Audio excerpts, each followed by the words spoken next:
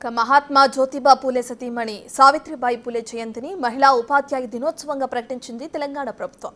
రాష్ట్ర ప్రభుత్వ నిర్ణయాన్ని మహిళా ఉపాధ్యాయులు స్వాగతిస్తున్నారు. అణచివేతకు గురైన వర్గాలకు న్యాయం దక్కేందుకు సావిత్రిబాయి తన జీవితాన్ని అర్పించారని మహిళా ఉపాధ్యాయులు గుర్తు చేసుకున్నారు. మోర్ డీటెయిల్స్ మా ప్రతినిధి రాజేష్ అందిస్తారు. తెలంగాణ రాష్ట్ర వ్యాప్తంగా రాష్ట్ర ప్రభుత్వం ఏర్పడిన తర్వాత మహిళలని ప్రత్యేకంగా గుర్తిస్తూ ఇప్పటివరకు ఫ్రీ బస్ కావచ్చు, అలాగే మహాలక్ష్మి పథకం కావచ్చు, చాలా పథకాలు ఇప్పటివరకు అమలు చేసింది. ఇప్పుడు రాష్ట్ర ప్రభుత్వం కొత్తగా ఉపాధ్యాయులు పనిచేస్తున్న ఏదైతే ప్రభుత్వ స్కూల్లో పనిచేస్తున్న ఉపాధ్యాయులకి మహిళా ఉపాధ్యాయ దినోత్సవంగా ఈరోజు ప్రకటించింది. గతంలో ఎప్పుడు లేని విధంగా మొదటిసారి ఈ ప్రభుత్వంలో ఏర్పడిన తర్వాత మహిళలకి గుర్తిస్తూ ఉపాధ్యాయ దినోత్సవం ఏర్పరిచింది. ప్రభుత్వ స్కూళ్ళలో అందరూ మహిళలంతా కూడా మహిళా ఉపాధ్యాయులు పెద్ద ఎత్తున స్కూల్కి సంబంధించిన యాజమాన్యం కావచ్చు సన్మానాలు చేస్తుంది. ఒకసారి మహిళలు మాట్లాడించే ప్రయత్నం. మహిళా ఉపాధ్యాయులుగా మీరు ఎట్లా చూస్తారు మేడం? గతంలో ఎప్పుడు లేకుంటే మొదటిసారి గుర్తించారు. నా పేరు పరళి కృష్ణవేణి. ఈరోజు తెలంగాణ ప్రభుత్వము మహిళా ఉపాధ్యాయ దినోత్సవాన్ని సావిత్రిబాయి పూలే జన్మదినాన్ని పురస్కరించుకొని ప్రకటించడం చాలా ఆనందకరమైనటువంటి విషయము. ఈ సందర్భంగా ఈ పాంగ్రా బోర్గాం ఉన్నత పాఠశాలలో పనిచేస్తున్నటువంటి 24 మంది ఉపాధ్యాయునులకి ఈరోజు ఉపాధ్యాయులు ఘనంగా సన్మానం చేయడం జరిగింది.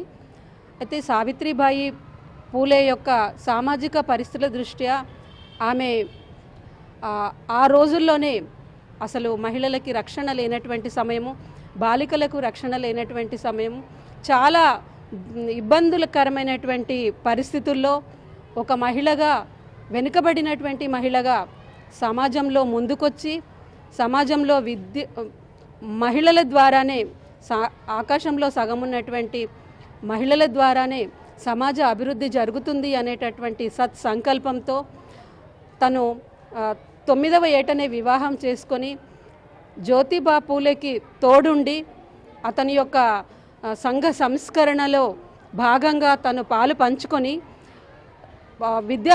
మహిళలు విద్యావంతులైనట్టయితే సమాజము అభివృద్ధి చెందుతుంది అనేటటువంటి దృష్టితో మొట్టమొదటి పాఠశాలను 1848లో ప్రారంభించడం జరిగింది.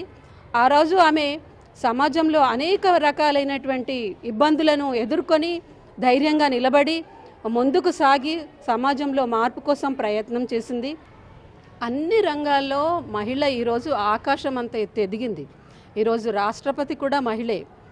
ప్రతి సందర్భంలో ప్రతి రంగంలో కూడా మహిళ ఉంది. కానీ మహిళలు ఎదుగుతూ ఉన్నారు, ఇంకా ఎదుగుతారు, ఇంకా ఎదుగుతూనే ఉంటారు. కానీ నేను చెప్పాల్సింది ఏంటంటే, ఒకటి కేవలము తన ఎదుగుదల మాత్రమే కాకుండా తన కుటుంబము, చుట్టూ ఉన్నటువంటి సమాజము, ఆ సమాజముతోటి ఏర్పడేటటువంటి ప్రపంచము కూడా ఎదగడానికి అవకాశము కుటుంబంలోనే ప్రారంభమవుతుంది. కాబట్టి కుటుంబంలో ఉంటూనే తన యొక్క విస్తరణ అనేది జరగాలి. విలువలు పెంపొందింపజేయడము తల్లి ద్వారానే సాధ్యమవుతుంది. కాబట్టి తల్లినే ముందుగా తొలి అడుగు వేసి సమాజ అభివృద్ధిలో పాలు పంచుకోవాలి. ఏ స్థాయిలో ఉన్నప్పటికీ తల్లి పాత్ర మర్చిపోకూడదు. తల్లియే తొలి గురువు. కాబట్టి తర్వాత వచ్చేటటువంటి వాళ్ళు మలి గురువులు. తొలి గురువుగా తల్లి తన యొక్క బాధ్యతలను సక్రమంగా నిర్వహించినట్టయితే తర్వాత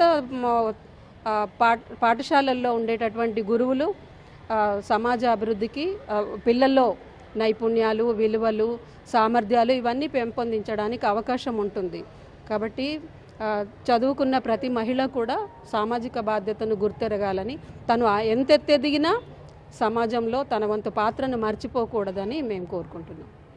ఇది మొత్తంగా రాష్ట్ర ప్రభుత్వం ఏదైతే నూతన ప్రభుత్వం ఏర్పడిన తర్వాత మహిళలను గుర్తిస్తూ ఇప్పటికే సావిత్రిబాయి పూలే జన్మదినం పురస్కరించుకుని ఈరోజు రాష్ట్ర వ్యాప్తంగా కూడా మహిళా ఉపాధ్యాయ దినోత్సవంగా ప్రకటించడం జరిగింది. అలాగే మహిళలు ప్రతి అడుగులో ముందుండాలి, అలాగే కుటుంబ నేపథ్యంతో పాటు సమాజ విలువల్ని గుర్తిస్తూ మహిళలు ముందుండాలని చెప్పి ఉపాధ్యాయులు కోరుతున్న పరిస్థితి. కెమెరా పర్సన్ సందీప్తో రాజేష్.